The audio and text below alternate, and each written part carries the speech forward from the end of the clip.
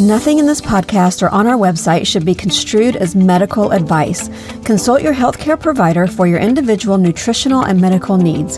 The information presented is based on our research and is strictly that of the author and not necessarily those of any professional group or other individual.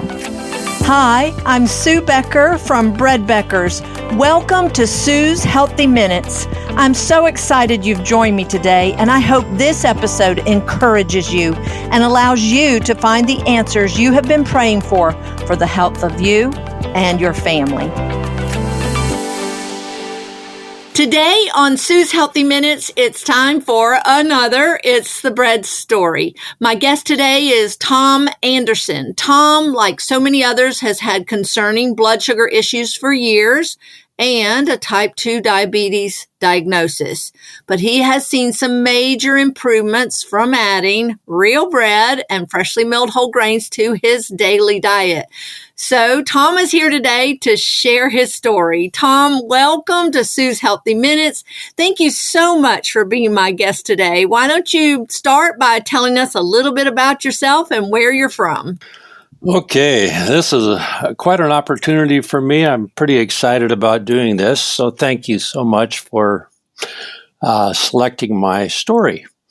Anyway, I'm married, and we live in San Diego, California area, north of San Diego a little bit.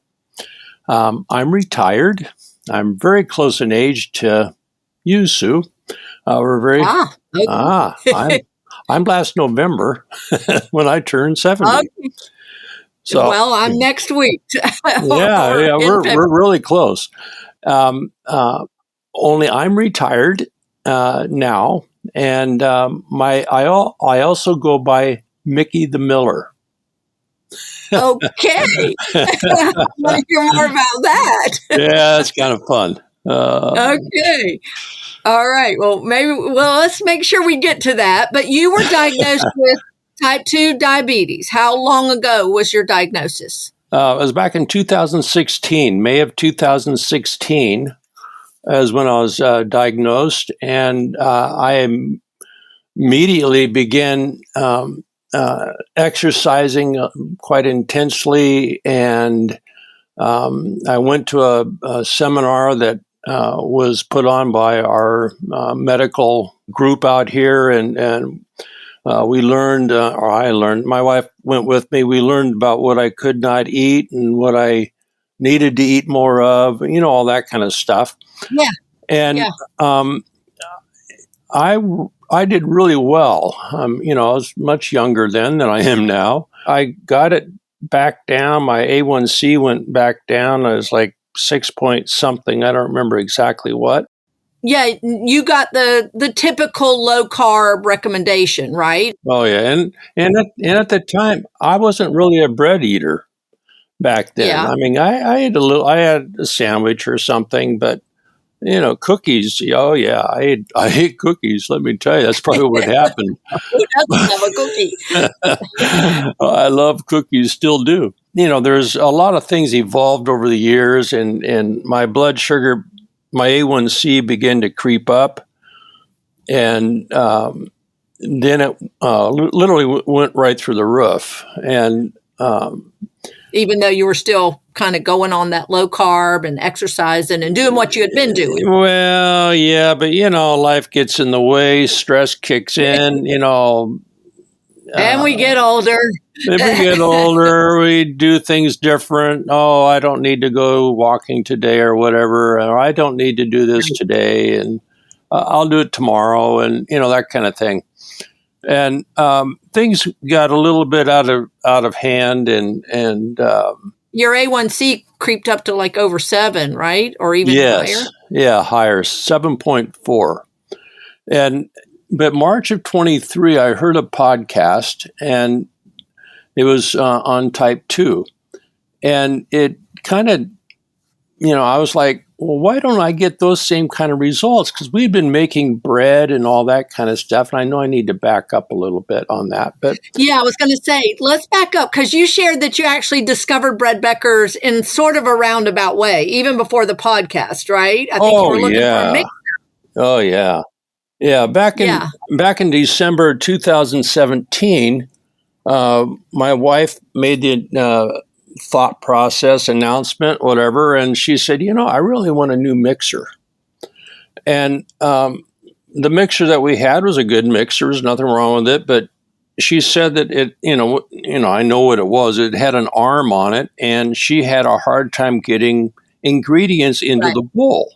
And Yeah. The she head goes, over the yeah, bowl. Yeah. yeah, and so it drove her nuts, and we don't need that. So, Yeah. what can I say? So I started looking online, looking for mixers without an arm, and I came across the Ankersham. And Yeah. then my wife found an 800 number for Ankersham, and she got to talk to some lady by the name of Ashley. My daughter. Your daughter. Yeah, that's right, your daughter. But we didn't know that at the time. And so she had a nice chat with her, and she told my wife where to order the Ankersham. Before she ordered it, I'm looking at the attachment, and I said, okay, if you get the mixer, I want the flaker, because I want to make my own oatmeal. Oh, yes. And it arrives, and we're trying to get oat groats. And so we thought, well, let's just go down to our local health food stores. And so we went to store after store after store, and nobody had ever heard of oat groats. Oh, my. And we asked, never heard of them, and we couldn't find them anywhere. So we ordered a bucket from you guys. From bread. Oh, my goodness. From Georgia to California. Oh, wow. Yeah. I wanted oats. There you go. So we ordered them, and they came. And at the time, we were having my brother-in-law up for dinner. And one night, we started talking about the oat groats. And he said, what? And I said, yeah, what? We have this 5-gallon pail of it sitting in here. And he goes, 5 gallons? He goes, you're going to have that until you die. And 6 months later, we ordered another one. That tells you something. Wow.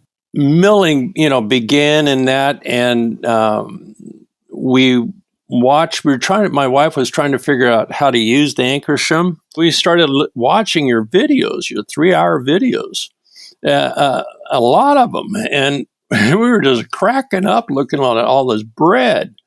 And it's like, I don't think so, but we make a lot of bread now, I'll tell you that. But we didn't then. And it was just kind of fun as we looked back at all the different steps that happened and the twists and turns. But I still wasn't eating bread much. I mean, I was still going off of the carbs and low carbs and all that stuff because that's all I knew. Yeah. Until the podcasts. Oh, yeah. And that's when it started to make sense. And that's when I sent you an email in March of 23 and how much bread should I eat? So you ate it for breakfast. Did your lunch and dinner include any other like commercial bread, or you just didn't have bread at those meals? I just didn't have bread.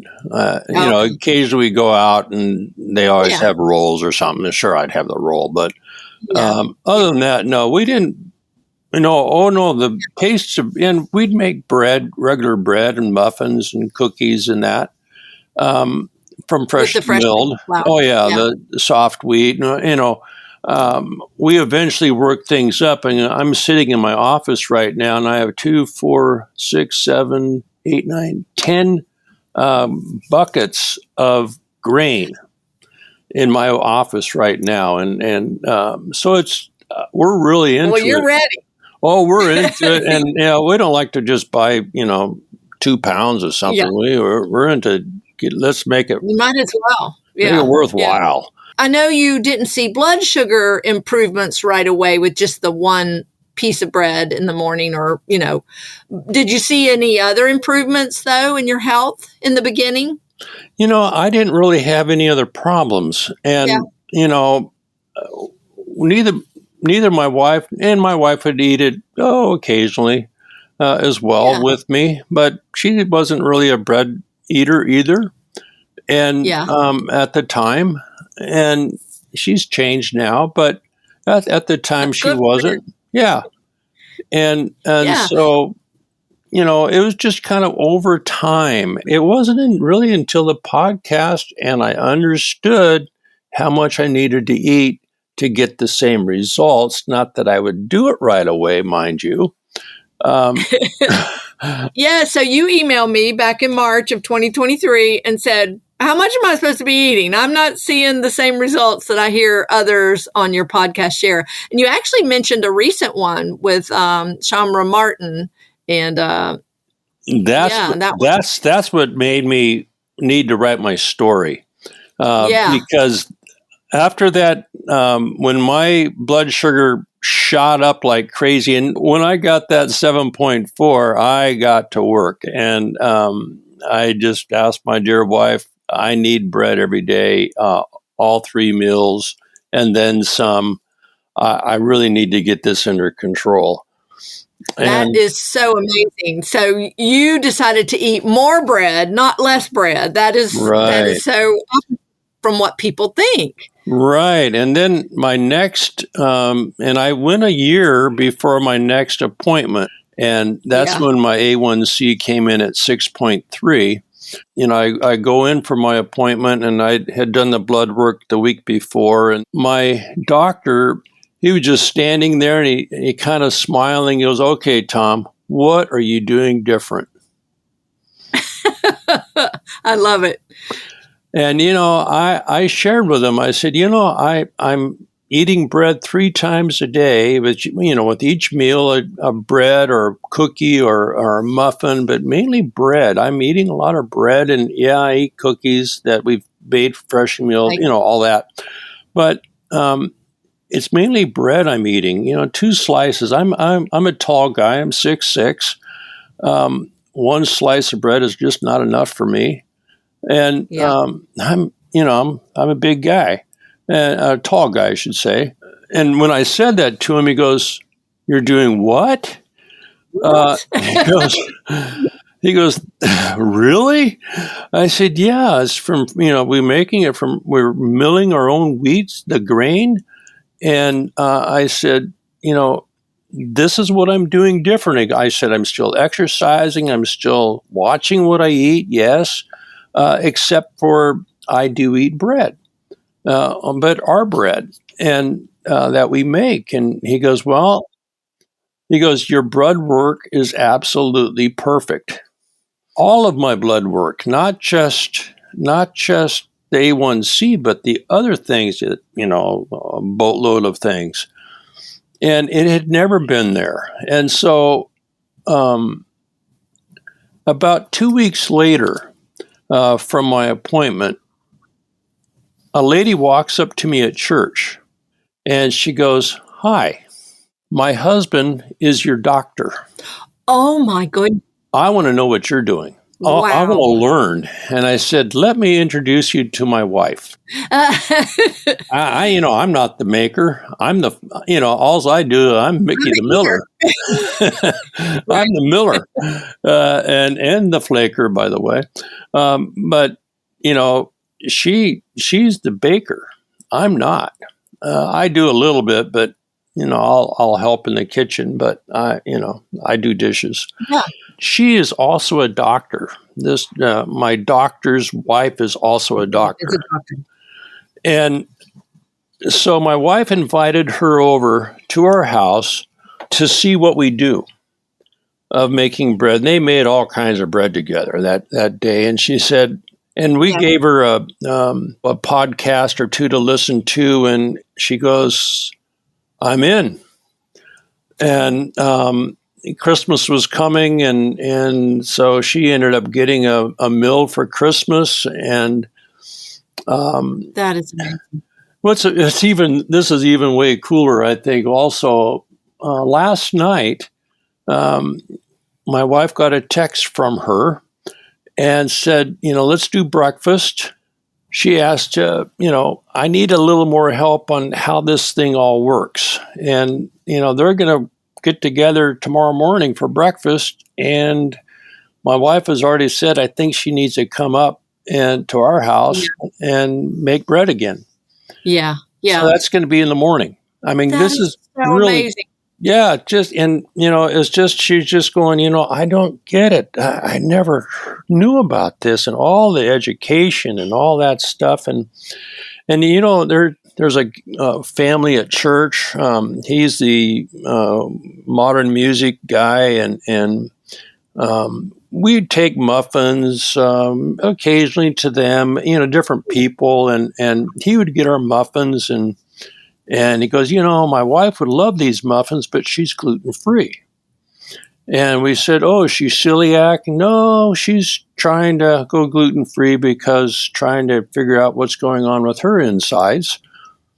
And so every now and then we'd make her gluten-free muffins. And we'd use, I can see the bucket, and I can't remember the name of it, but some kind of, we'd grind the flour and grind the berry, whatever. And we'd make these for her, and, it's out of your cookbook. Yeah.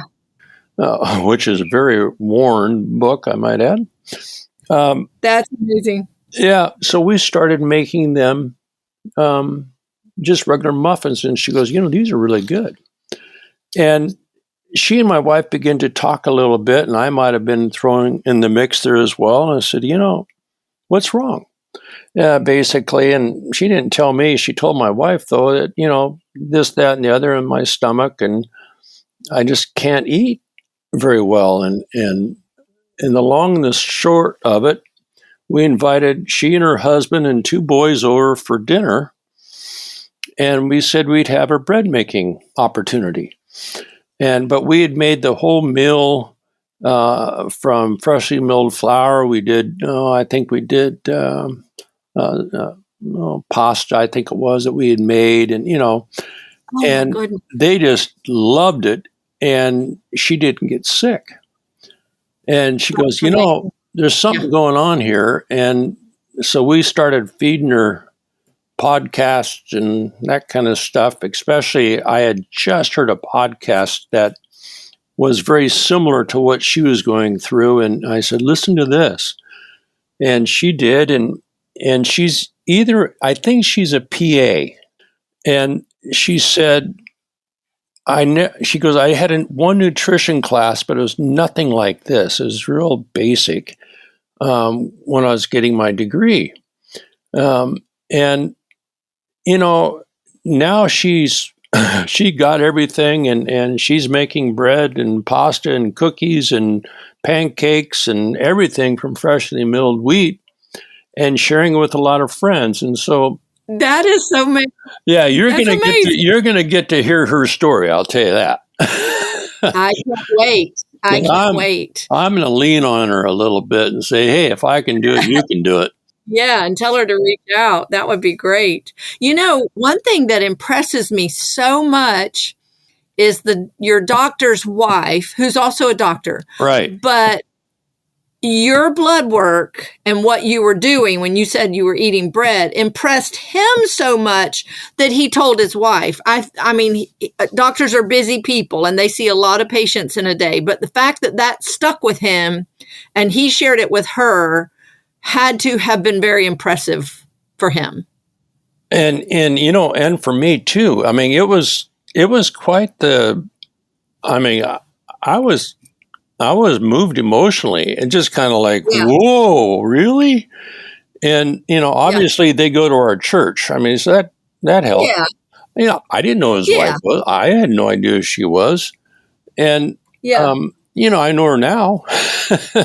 Yeah, that is so great. Very happily, he receives bread every week. That's amazing. And you're making a difference in people's lives in your corner of the world. So, whenever I share about the nutritional benefits of real bread, one of the first questions I always get asked, how much bread should I eat? Which is what you sent me an email. How much bread should I be eating? Why am I not seeing the results?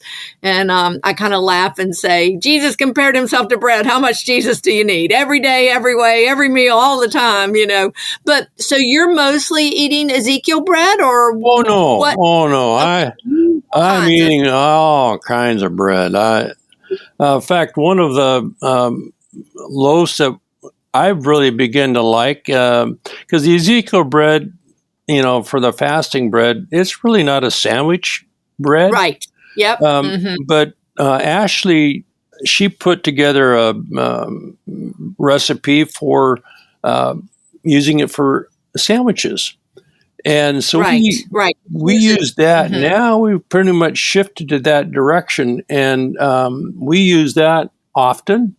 But we make all kinds of bread that's in your cookbook there, and we've ventured out and looked at other. I mean, the internet is full of people that claim they know what they're doing, and most of them don't. We know that because they always use, as I call it, junk flour.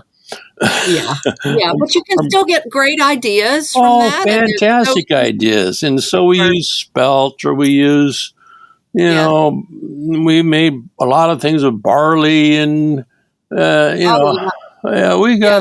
have it all here, and we make all kinds of stuff.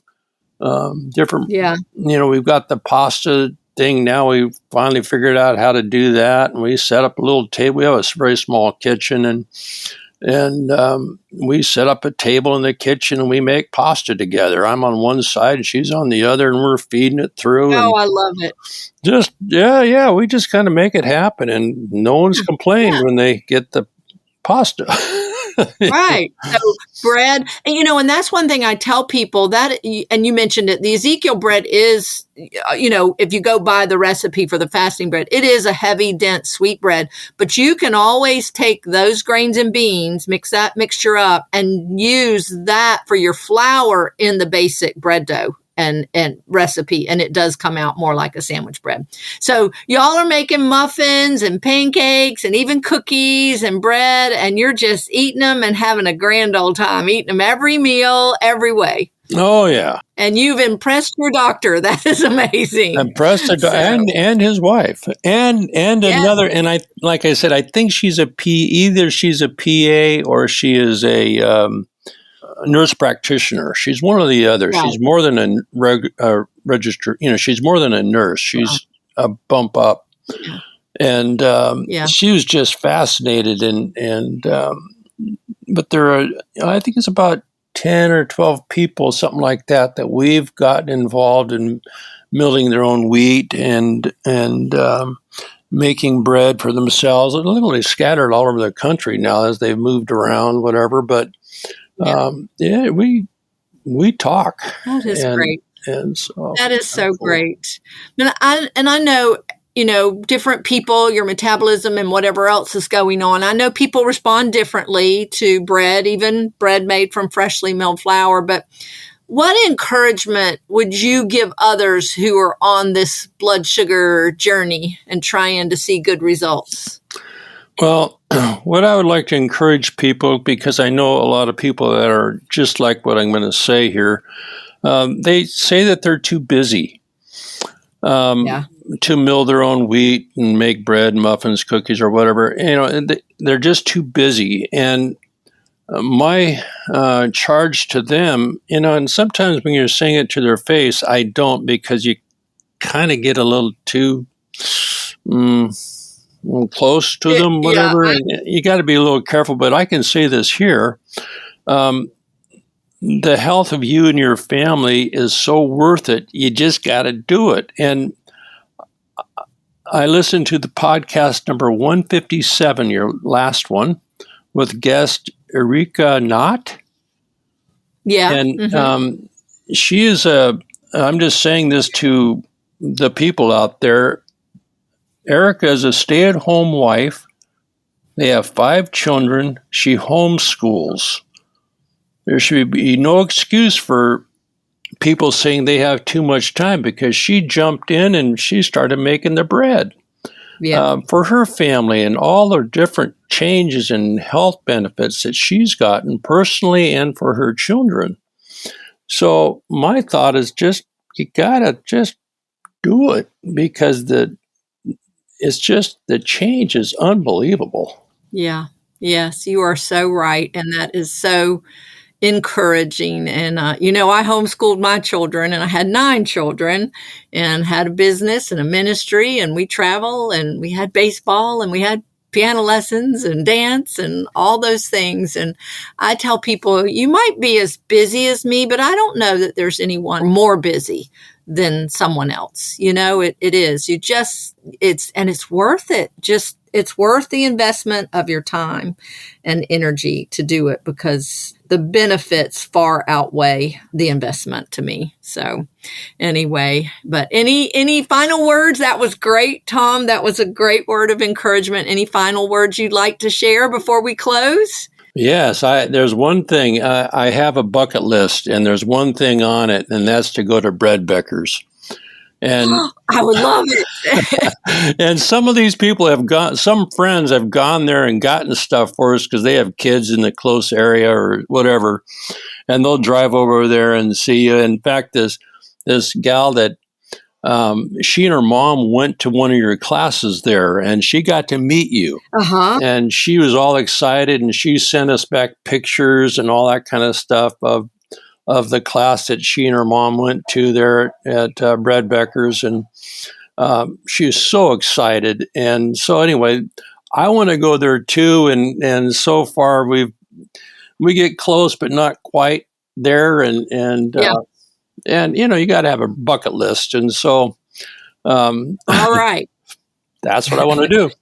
Okay. Well, I'm going to pray that you get your bucket list fulfilled soon. Amen. Amen. Love to meet you in person. Oh my goodness. That would be so amazing. Thank you so much, Tom, for taking time out of your busy day, for joining me. And I know your story is going to encourage and inspire many to not give up. Keep going. Don't say, oh, this isn't working. Just find out what else you need to do and eat more bread. Eat more bread. Yeah. Eat more bread. That's our slogan today. So I want to thank you. I want to thank all my listeners today for tuning in. I hope you have a wonderful day and rest of your week. Be blessed. And until next time, this is Sue Becker from Breadbeckers with Sue's Healthy Minutes. Sue's Healthy Minutes podcast has been a presentation by the Breadbeckers Incorporated, located in Woodstock, Georgia. For more information, store hours, and learning opportunities, visit breadbeckers.com and follow us on Facebook and Instagram. Make sure to subscribe to this podcast and never miss an episode. Share this with 2 friends who would benefit from this information, and be sure to join us again next week for more of Sue's Healthy Minutes.